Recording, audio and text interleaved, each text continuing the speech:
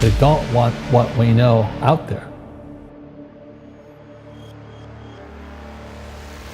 You'll never get this on CNBC. But our school system will never tell us that, because they're part of the process. Fake money, fake teachers, fake assets.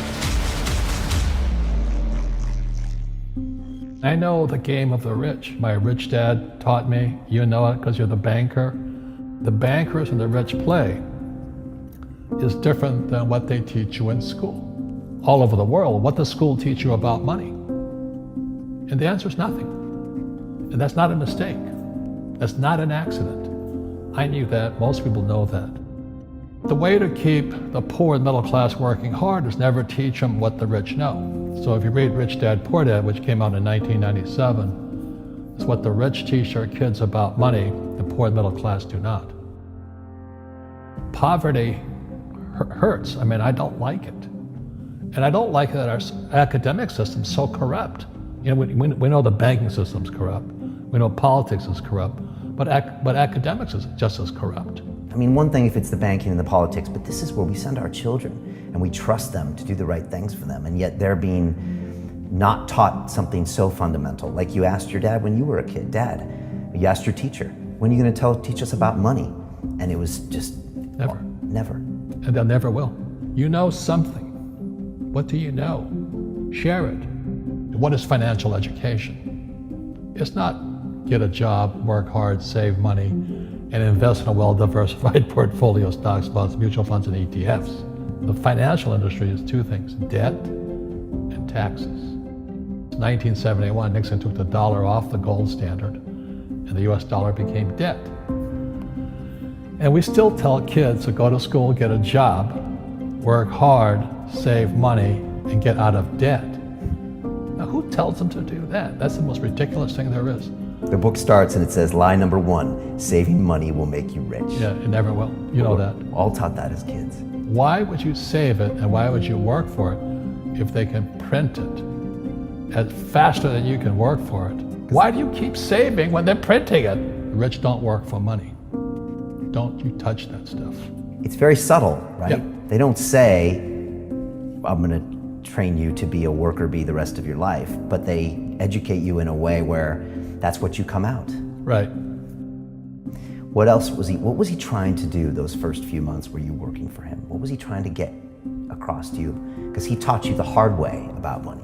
And she says, if you're going to be successful in your life, you've got to find the best teachers. And a great teacher is somebody who comes from the inside, not the outside. But in school, you don't know if your instructor is for real or not. That's where the fake teacher comes from. I said, I want you to teach me about money. So he said, why should I teach you? He said, but if I teach you, you work for me for free. And I said, why for free? And my poor dad went nuts. He says, because if I pay you, you think like an employee. Your brain will change. If you learn never to work for money, you'll be a rich man. And this is powerful. Once you give someone a paycheck, their brain turns off. Correct. Because it's... And then the promise of a pension. Right. And job security. Which is kind of a paycheck in disguise. Correct. After you stop working. Give the man a fish, eats for the day, teach him to fish, eats for a lifetime. And most poor people confuse assets for liabilities. They think their home is an asset, it's actually a liability. Right. An asset is a noun, like a house. Cash flow is a verb. So to understand if it's an asset or liability, it takes a noun plus verb. So if the cash is flowing out of your pocket, it's a liability. If the cash is flowing into your pocket, asset, verb, it's an asset. So I own 7,000 rental properties. Those are assets. Every month, the cash flows in. Whereas many people have the big house on the hill and the cash is flowing out. Right. And they're going broke. Right, it's like a frame of mind. The other thing the poor don't understand is the number 1 expense for most people is taxes. And yet we don't even see it. Isn't that weird? You walk around and you look at the paycheck and say, that doesn't seem right, and you don't realize that the government's got a huge hand in your pocket and you are doing nothing to minimize that. Again, this is what's very different about the rich and the poor. The rich don't work for money. His number 1 expense is tax. See, there's 3 kinds of income: earned, portfolio, passive. So earned income is if I get a job, that's earned income. If I'm a doctor or a programmer, that's earned income because I'm working for it. If I buy, let's say, Apple for $10 and I sell it for 20, that's portfolio income, capital gains. Yeah. But passive income, which is cash flow, is never taxed. And so these guys are screaming right now in America, tax the rich. I said, good luck. Because most of the guys complaining, they don't know there's three kinds of income. And the rich don't have jobs anyway. They have assets. And so the average schmo out there, poor guy, sent the kid to school. They don't learn this. You see, very few people will buy what I do, make $1 million and pay zero tax. And my rich dad taught me that playing Monopoly. That's how it started. 4 greenhouses, 1 red hotel. Or the McDonald's formula. I write about it here. McDonald's, Ray Kroc. Yeah. McDonald's is in the real estate business. So they sell hamburgers, but they buy real estate, so they pay no taxes. This guy Bezos, he's $16 billion. How much tax did they pay on that $16 billion? Zero. And that's all legal. Anyone can do it. Everybody can do it. But most people lack the education. So once you learn how to use debt as money, you can never say, I can't afford it. You see, because the banks will give you, so the banks, after the crash of 2008, the banks gave me $300 million tax-free. When I asked the average guy, I said, why don't you use debt? They can't even get a loan. Because their scores, their FICO scores, I don't know if you have them here, are so bad. The school teachers will never tell you that because they don't know it. My poor dad never knew that. You don't know if something is an asset or a liability until you can see which way the cash flows. So a house, is it an asset or liability? Well, if it's taking money from your pocket, it's liability. If it's putting money in your pocket, it's an asset. The US government wants me to provide housing, wants me to provide jobs, wants me to borrow money because that's how money is created through debt. I get huge tax breaks. Everybody can do the same thing if they had the financial education to do it. If people understood the tax code, we'd be more prosperous. But can poverty be passed through genetically? Yes. Because it's some type of way of thinking. It's an attitude. An attitude.